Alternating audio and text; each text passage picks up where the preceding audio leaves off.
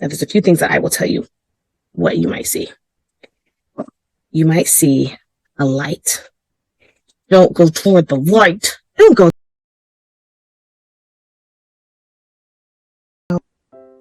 How you doing, everybody? How are you doing? I'm Shayla J. This is Chocolate Cake 101. So I have I don't know, less than 30 minutes to make this video, but I want to talk about, this is a long awaited video. I've had this video on my mind for years. I used to think of myself as this death guru who's really good at death, only because growing up I had so many beings in my bedroom. I was afraid of them. Nobody would help me. My pastor at church called me a demon when I would tell her. She was right. I had to find out the hard way. I had no idea. I had no idea what she was talking about. I was insulted. So I've been wanting to do this video because I feel like the death process in the Western culture is trash.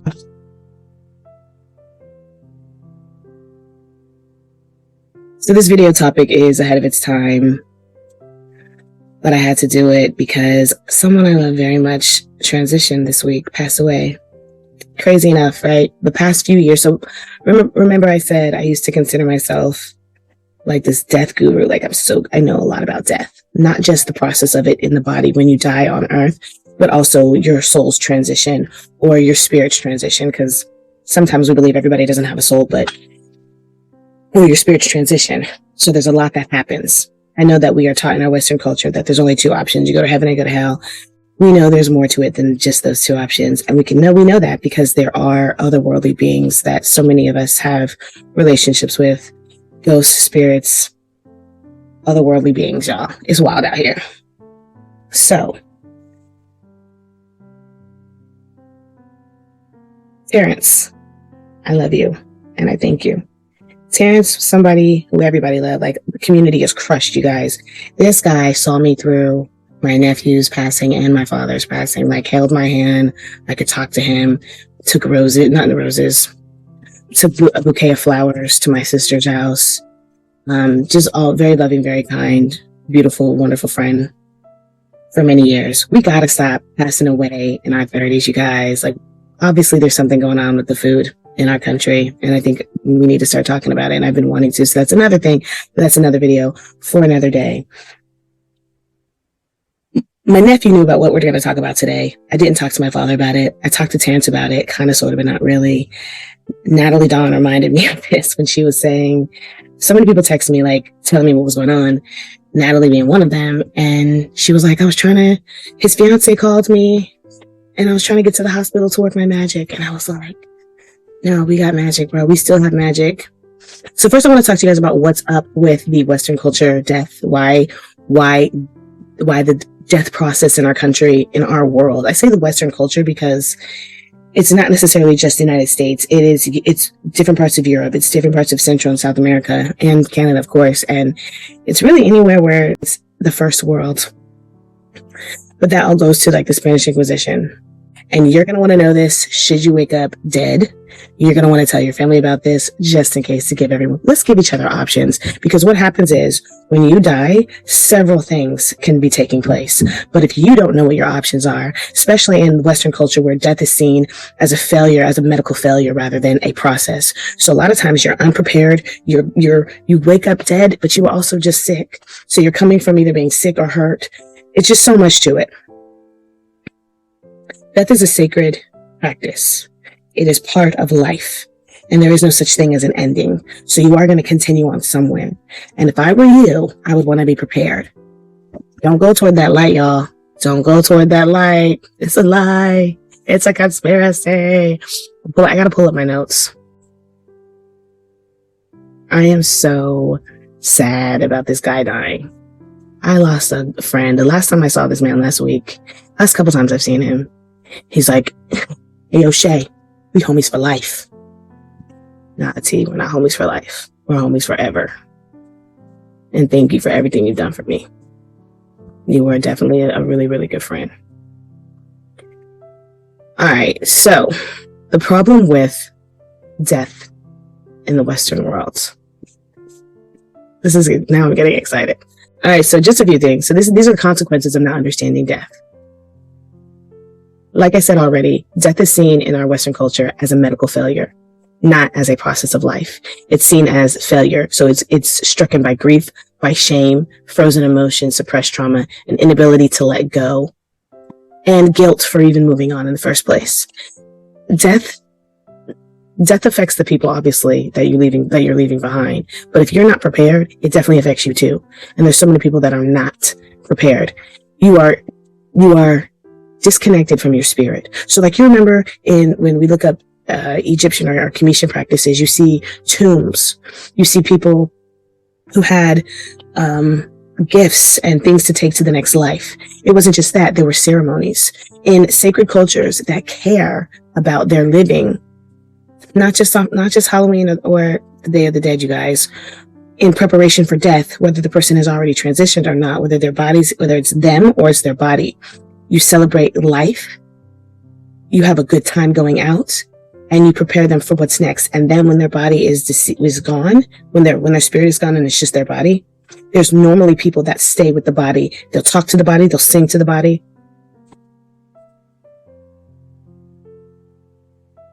They'll do rituals with like fire, water, candles, just to help the person move on, because a lot of times a lot of beings want to stay with their body, or they're just sometimes, especially in our Western culture, they don't know what's going on, so they're scared. A lot of people in our culture wake up in hospitals or come to in hospitals rather than around family and friends and knowing what's going on. Also, in these religious practices that are not Western culture, I don't want to say dispose, but they take care of the body in a more proper way.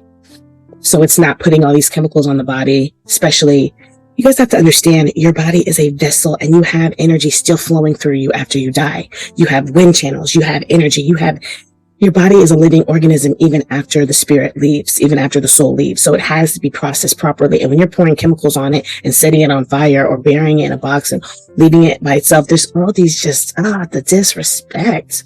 The disrespect of the Western culture on how we deal with our dead is insane. And it does disconnect you spiritually. Not only does it disconnect you spiritually, but if you don't know what to do when you die, you will wake up in the wrong fucking realm. You will end up going somewhere that you didn't mean to go because you didn't even know what was going on. Or your journey in the dua just takes a little bit longer, but we'll talk about that later. When you avoid death, you're avoiding life. You're avoiding one of life's greatest spiritual teachers. Death teaches acceptance, surrender, impermanence, compassion, humility, clarity. It teaches you about the voyage, teaches you about the dark side.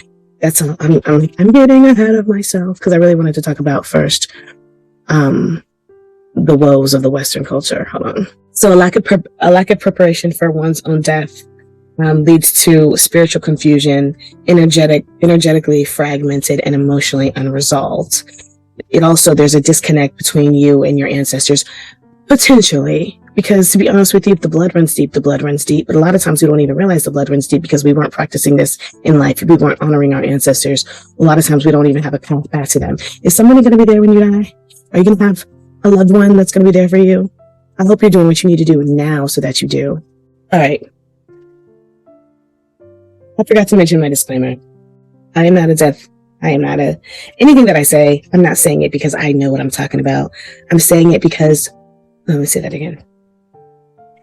The conversations that I have in Chocolate Cake 101 are not me telling you what it is. It's me understanding that this world has given us a lot of bullshit. And so what we have to do, especially in the age of Aquarius, I told you we are now in a part of the universe where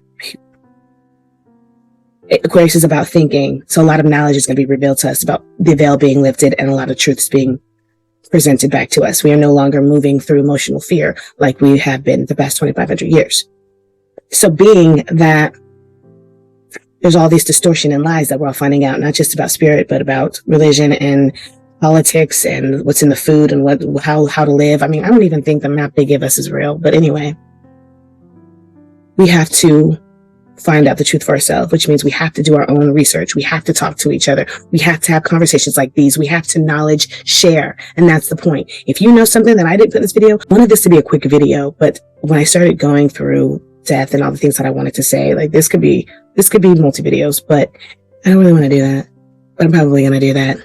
But my point is, comment. Let's talk about it. Talk to your family and friends about it. Talk to your family and friends about death, you guys, so that after life, you don't feel alone. I don't think are going to feel alone either. But the more you have these conversations, the better it's going to be. I was watching a YouTube reel or a YouTube video about this guy. He was saying that he was telling the story of somebody else's story, but he was saying that this woman was walking out in the streets. There's lots of people one day, and she had this urge to walk up to this man and tell him her leg hurt. Her leg didn't hurt. She didn't know that man. She didn't know why she felt like saying that. She walked away. She couldn't. She came back. She could not figure out why she was going to go tell this complete stranger that her leg hurt when her leg didn't even hurt. So finally she walks up to the man and she's like, I don't know why I'm saying this to you. This is so silly, but I have the urge to just tell you that my leg hurts. And the guy just bawls out crying. And he explained that he had a pact with his father that they would give each other a code. They made up a code. So if one of them died and there was more to life after, they would have this code. They would be in communication with each other. And how they were going to do it was a complete stranger was going to say, my leg hurts. So when she walks up and she's like, I just can't. It was a code. And this is what you should do with your family and friends, at least your closest ones. Some type of communication in the afterlife to say, hey, if there's this, say this. If there's this is what we're going to do. And remember it and bless it and honor it, you guys. Anyways, let's get into this exercise. I want you to close your eyes. Close your eyes. You're dead. Bum, bum, bum, bum, bum, bum, bum, bum. Tell me what you're gonna do when there ain't no place to hide. When the judgment comes to you, to go to everybody. All right. What do you see? I know you guys see red, but pretend it's black. Pretend it's black. Damn it, I need this to be black. Anyway, that darkness that you see when your eyes are closed, that is the duat. The duat is, let's just say what it is for now.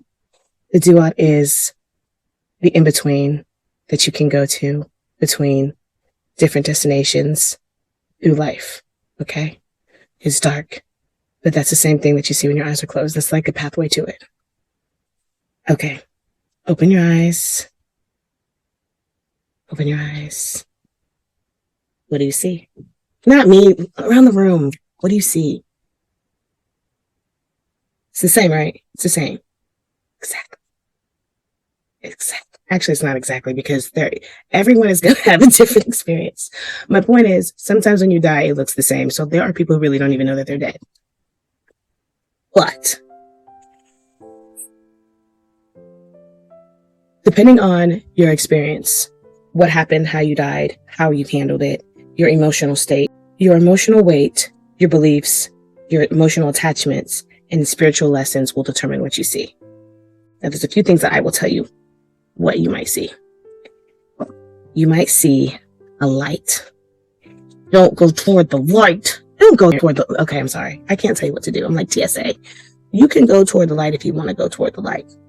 But if you go toward the light, you're not going to heaven, according to beliefs.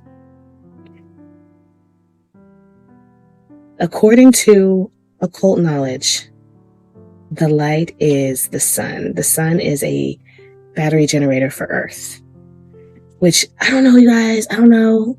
That may or may not be true. I do know that if the sun is the center of the universe, then why does it only light up Earth or certain planets, but Earth in this case? Because other planets are dark, but the sun does the sun not reach or something? I don't know. And why does it only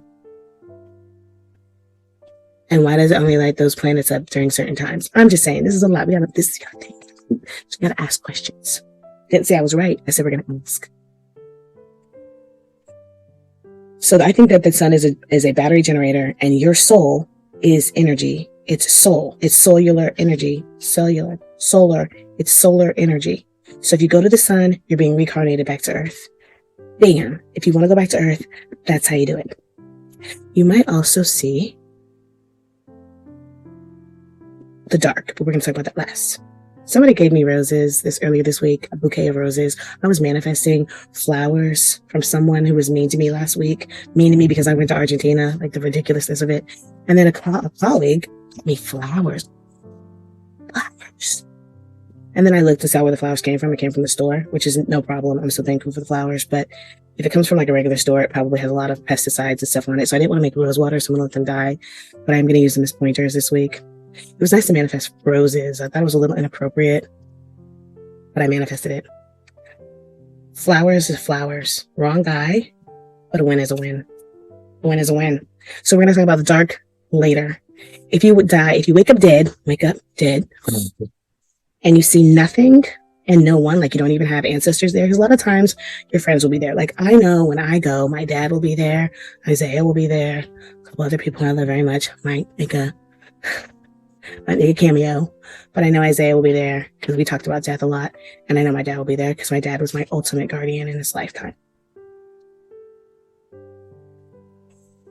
If you wake up and you see no one though, that means you are a ghost.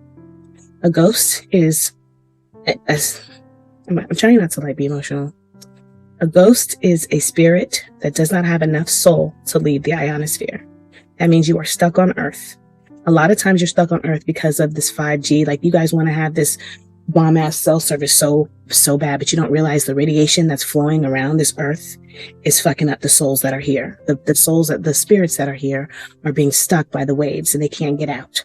Some of them are stuck and can't get out because of the 5G, but a lot of them also stuck because they just lack the melanin. I know this sounds crazy, but you need soul, melanin, plasma to leave the Earth, and a lot of people don't have enough. If that happens, I don't know if this is instructions for everyone, but if you try it, this is gonna sound weird, but I'm gonna tell a story anyway. I don't even care if I look like a punk. I was sitting in a car. I was giving this girl a ride. I worked all night. I was exhausted. This girl, this was years ago, she called me and asked me to take her to the store. Take her to the store and I fall asleep while she was shopping. She gets out. She comes back, she's sitting there playing on her phone, and I'm like, just give me 5 minutes. And I'm trying to wake up. I am now in isolated sleep paralysis where I'm half awake, half asleep, and these 3 people come to my window. 2 guys and a girl, all light skinned. I don't know people's colors, but one of the guys seemed like he could have been Spanish. The other 2 people were white. And they're talking to me, asking me for directions. I'm like, I don't even know that I'm awake. I think I'm asleep. And then the girl goes, because I'm not responding because I think I'm asleep and I can't move. The girl goes, oh, you think you're better than us? You think you're better than us? And then the guy's like, just leave it alone, just leave it alone. And they leave. So I wake up and I'm like, hey, did you see those people at the window? She was like, there's nobody at the window, Shay. Like, you're tripping. I was in between. I was like in a doo-wop. I was in the in-between stage. I don't know if that's the doo-wop, but I was in between sleep and awake. I wasn't conscious. And they were asking me for directions. The same directions I'm about to give you guys. Yes, ask a Black woman. I'm just kidding. Yes, I know how to get out of this Earth. Swing low, sweet chariot. All right. Go to the Northern Lights, the Aurora Borealis. There's this is occult knowledge again, you guys, but you got to get to the Aurora Borealis. That's where the veil is the thinnest. You might be able to get out the ionosphere that way several times a year. Chariots come. Ra, the sun god, has I know this sounds crazy, y'all, but I'm telling you, this is what they talk about in the occult. You know who runs the occult? The people who run us. They took away your magic and they use it against you. I looked over Jordan. What did I see? A band of angels coming after me. Apparently, chariots come to the Aurora Borealis and they try to help souls get out of the ionosphere. If you don't want to get out of the ionosphere, stay there. However, there are solar winds, so you have to go the long way. I forgot if that was east or west, but you got to go the long way. Or, I can't believe I just said that. Or, I just gave you guys another option. Yeah, there is an or. You can go to the Halls of Amenti, aka the Duat. I'm sorry. You can go to the center of the Earth, go to the Earth's core, and that will give you enough plasma to get out of here. I know. I don't know how I know these things, but I know these things. Now, let's talk about if you see the dark side. I'm going to the dark, just so you know. I told you I was a demon. not in the traditional sense. Demons are dark side energies that create life, like a dark hole or a womb. The dark is the duat, I keep talking about it, which is I don't know how to explain what the duat is. It's like an underworld, but it's not in like Greek mythology where the underworld is just where souls live and they might be getting punishment, they might not be. Yeah, the duat is not like that. So first of all, the duat is not about punishment. This is an Egyptian term. I don't even like calling it Egyptian. I wouldn't even really pick it up if it says Egyptian. It has to say Cometian or Sumerian or Nubian for me to pick it up. But same landmass, different times, right? So the Kemetic book, Coming Forth by Dawn, if it's Egyptian, it'll say the Book of the Dead. But Coming Forth by Dawn talks about everything that I'm talking about, by the way. Everything that I just said. I should have said that in first. Or there's a whole bunch of books that talk about death in the underworld. But the duat, it's also like the halls, Amenti or the netherworld. It's the Egyptian spiritual realm where souls travel after physical death. But in deeper esoteric traditions, it's not an afterlife place. It's a dimension of transformation, in initiation, inner alchemy. It's a place to look back on the things that you have learned in the past life. There's 12 stages of the duat, or they call them hours. But there's 12 stages. The duat is ran by certain beings that have also been banned in Western culture. Osiris, Anubis, and Ma'at, which are all, y'all know I love me some Anubis. They're ran by a few other, Hecate. What's the Grim Reaper's name? Santa Muerte. There's so many different cultures have different names for all these, you guys, because the Asians and the Africans don't miss when it comes to taking care of their dead. I don't mean the first world Asians and Africans. I mean the third world ones, the ones that they pretend aren't relevant just because they didn't buy into those practice. But the duat is not a place of punishment. There is no such thing as being punished. It's just a place of alignment to align you. And this is going to determine where you go afterwards. Because if you are, so you know how God talks about a heavy heart in Christianity. If you have a heavy heart, which means you came into death with grief, with emotions, with pain, with trauma, you are aligning yourself to a place that is going to help you grow your grief, your trauma, your pain. That's why it's so important to care about how you die. You don't want to go into that. The duat is a mirror, and you don't meet God, you meet yourself. You meet your fears, your desires, your unfinished business, wisdom, distortions. Death is supposed to be a ceremony so that you can process anything that was finished in your life and refresh yourself for the next. And also it gives you power to choose where you go. So you have like Jesus, who was an ascended master. He was ascended because even though he got strung up on the fucking cross in trauma, he was able to make peace with it before he actually died, and then buried 3 days and rose to a dimension, probably the fourth or the fifth, that we don't have access yet. But that's what an ascended master is. It's just someone who has gone on to a better dimension. And they can come back if they want to, but why would they? A lot of times they're not even looking at us. If you're, I don't know, in 12th grade, you're not looking back at the 5th graders, unless you're just, I don't know. You don't say, I'm gonna go back to 5th grade. You don't do that. Okay. I gotta finish this because I gotta go to work. I have a client and I can't be late because I have to go get supplies. I do want to say that, the Western culture is an outlier in how they view death and how they cut you off from yourself in death and in life. The rest of these spiritual religions, they do practice a lot more discernment and love when it comes to their death process. So the norm is to care. All right, I want to go over. There's so many things that I could say more. And like I said, I feel like I could have done better with this, but like I'm done. I worked on this all day yesterday, guys. My friend died Tuesday. All right, so what the Western world is missing when it comes to death practices: rituals. There's no energetic closing of life, no spiritual guidance, no preparation for the journey.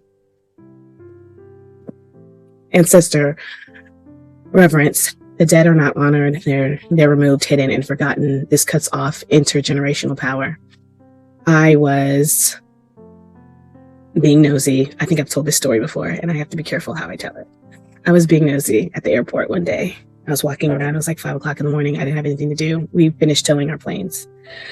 And one of my friends was working a flight. I think it was a 757. And I went to go talk to him. And there were 5 armed guys in all black with machine guns guarding the plane. The plane was just going to Atlanta, you guys. I'm like, what the fuck is this? It was intimidating. So I was going to go talk to them, and I was like, Shayla, you don't lose your job. So I went to go talk to the leader of this flight later, and I was like, what was that about? He said he's not sure, but the guys came from cargo, and they were guarding a dead body.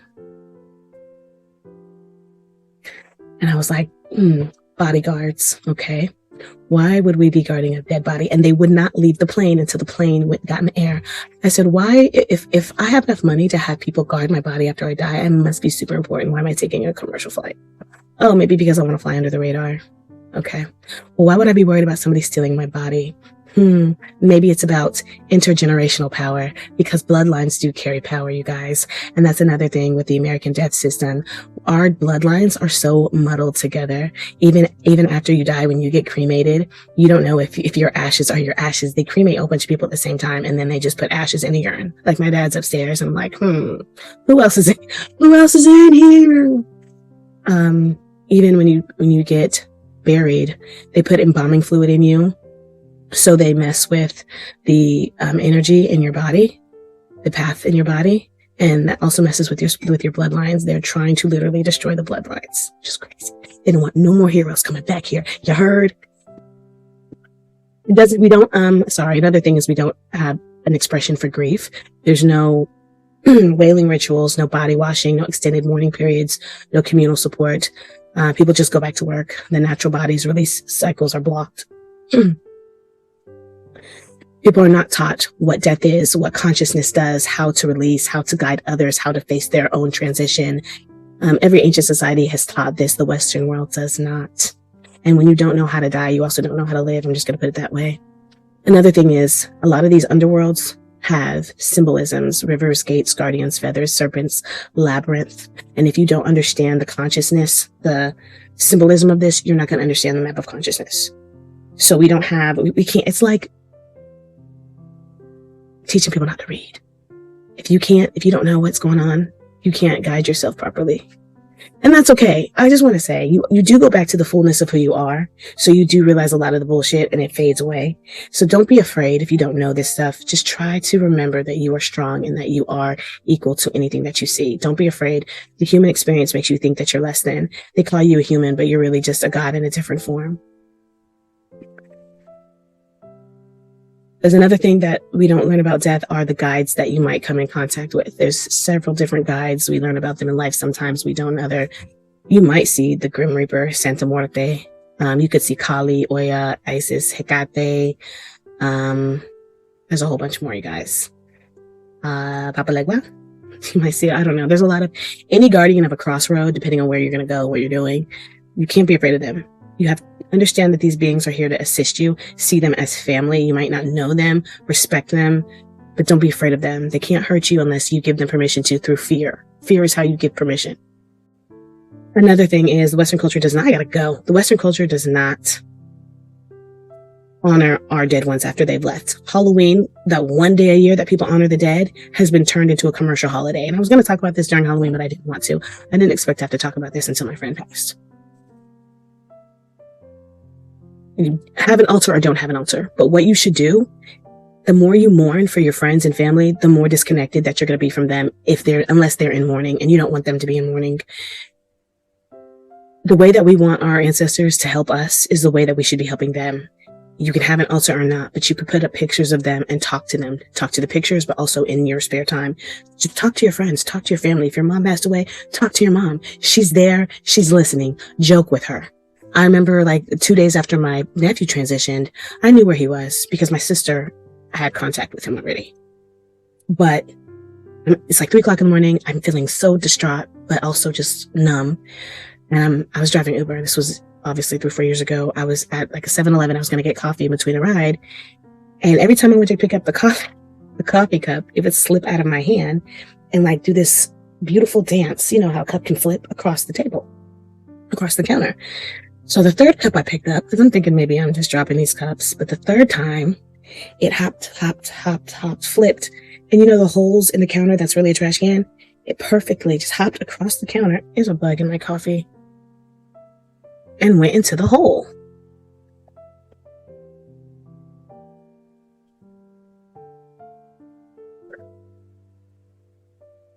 It hopped across the table, hop, perfectly, and went right into the trash can. Busted out laughing. Yeah, you're still an asshole. Joke with your loved ones, talk to them. And a lot of times they want stuff that they could have on earth, but they don't have now. So if they smoked or drank or ate cake or they loved, I don't know, certain perfumes, put them on an altar. Learn about altars. I don't have an altar. Right. Well, I don't have a traditional altar. There's different types of altars. But the way that you, by doing this, by remembering your ancestors, one, you're helping them, and they're going to help you. They're going to be able to help you, not just on life, but in death. You're continuing the bond. You know how like you don't see someone for 10 years, y'all don't see each other, y'all don't talk. So when you finally do see each other, sometimes depending on your relationship, it's beautiful, but sometimes it's like you don't know each other anymore. You don't want that when you go to die. You want friends. Okay.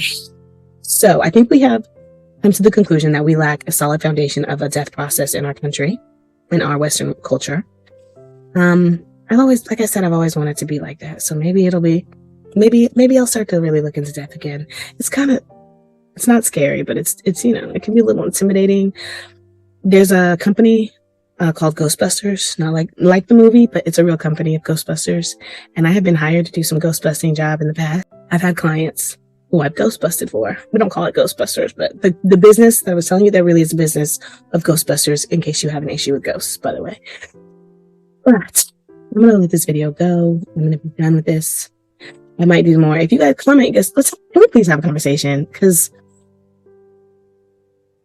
I have this fear of being in arguments with people on social media. I don't like to, but at the same time, we do need to have these conversations. And I don't know everything. Let's talk about it. What are your death practices? How do you honor the dead? Do you honor the dead? Are you going to change how you handle it? Even if someone dies and you don't have their body, you can still honor them, sit with them. I laid with my father on the floor, and I didn't get to do it as long as I wanted to, but I was there with him, and I talked to him, and I told him what he might. Let me know if you guys want to talk about this more, because we can get into this more. We can go through the 12 hours of the duat, the 12 stages of the duat. We can go into different rituals that you can do with your loved ones to prepare them, because there are a lot of people in hospice care. They don't need you to feel sorry or sad for them. They need you to give them encouragement about what's happening next. Death is not an ending. It's actually a beginning. And we have to prepare people for the afterlife, because if we do not, that's when they get stuck as ghosts. That's when they get disconnected and lost. That's when they reincarnate back on earth. You have no idea how many of you have been going from the duat back to earth because you keep going to that damn light. Some of you have been reincarnated hundreds of times. I just want to give you some options. You're not tired.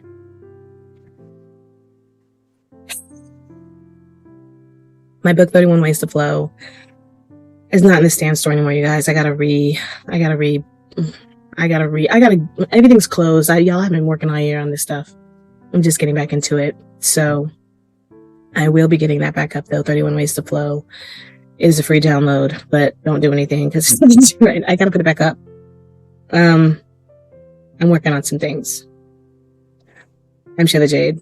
This is Chocolate Cake 101. Bye.